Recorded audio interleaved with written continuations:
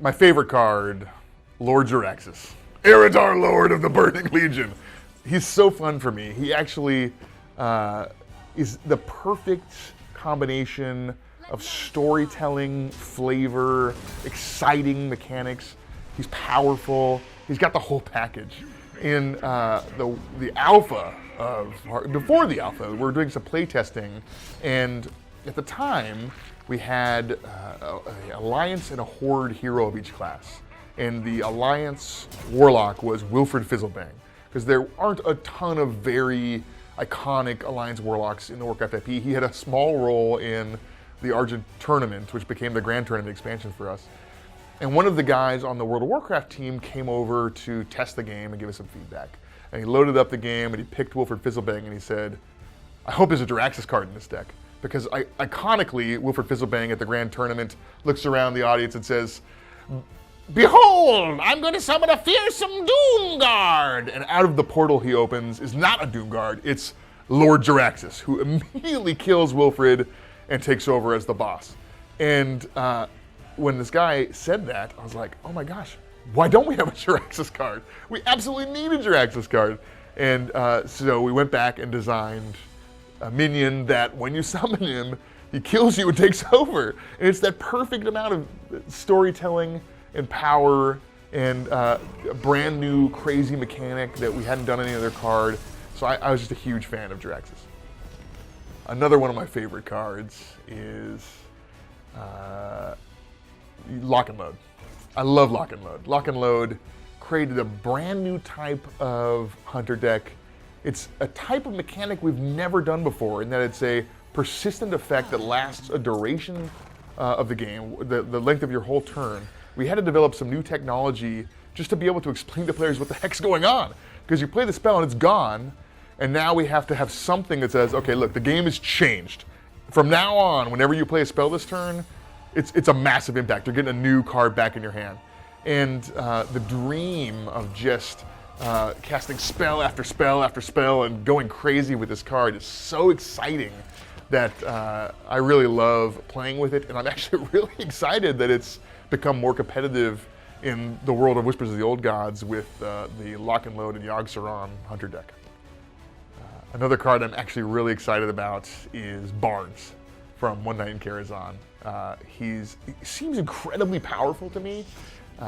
He's 4 mana for a 3/4 plus a 1/1, so he's got just a great amount of stats. He's like a Yeti's worth of stats.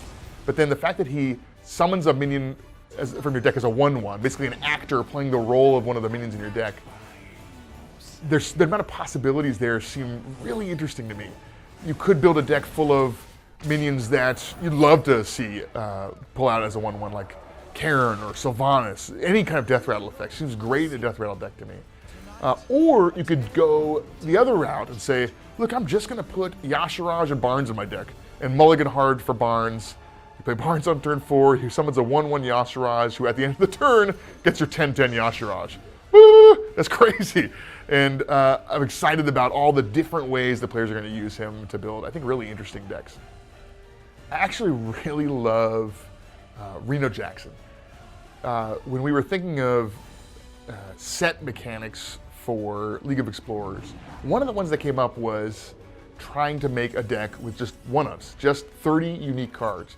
And we tried to actually make that one of the overarching themes of the set, but often what happens is when we can't come up with enough cards to make it the set theme, we end up putting it on just one legendary. It's actually what happened with Flame Leviathan, is that we were experimenting with when you draw a card, do something, and we said, okay, you know what, I'm not sure this is working perfectly. Let's put it on a legendary. It'll feel like an exciting, awesome effect. With Reno, we said, okay, this is not coming together as a full package for League of Explorers. Let's put it on one legendary minion. And the original version of that card was kind of boring. I think we talked about it in the past, as it was just a 4 mana 4/4 who cost 2 less if your deck was one of every card. And the final design team, one of the things that they focus on is making sure the cards are fun and balanced. But with Reno, they talked a lot about, okay, what should the output be of this guy, right? You built this awesome deck, and what do you want this guy to do? And I think extending the game so you could play more of your awesome deck felt like the perfect solution for Reno. I just love the moment of playing Reno and you heal all the way back up to full. I love the deck building challenge of trying to find the perfect 30 cards to put together in a deck. I think that card is just a slam dunk. One of my favorite cards is actually Redemption, which is the Paladin secret that says whenever one of your minions dies, bring it back with 1 health. And I loved experimenting with this card. It's very interesting, I think, with death rattles.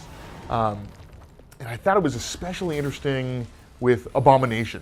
So in that combination, I played this a lot back in vanilla Hearthstone in the Naxxramas era, and people would often try and do trades to maximize their board faced with an Abomination, who deals 2 damage to everything when it dies. But when the Abomination comes back again, ready to deal 2 damage again, people often made really terrible plays, not realizing that this underplayed card that most people weren't even running at the time was the secret that I happened to be playing in my deck. And so for Paladin, they have access to a lot of Divine Shield minions. Sunwalker's quite good with Redemption, and so I love to play Redemption-focused Death Rattle and Divine Shield decks.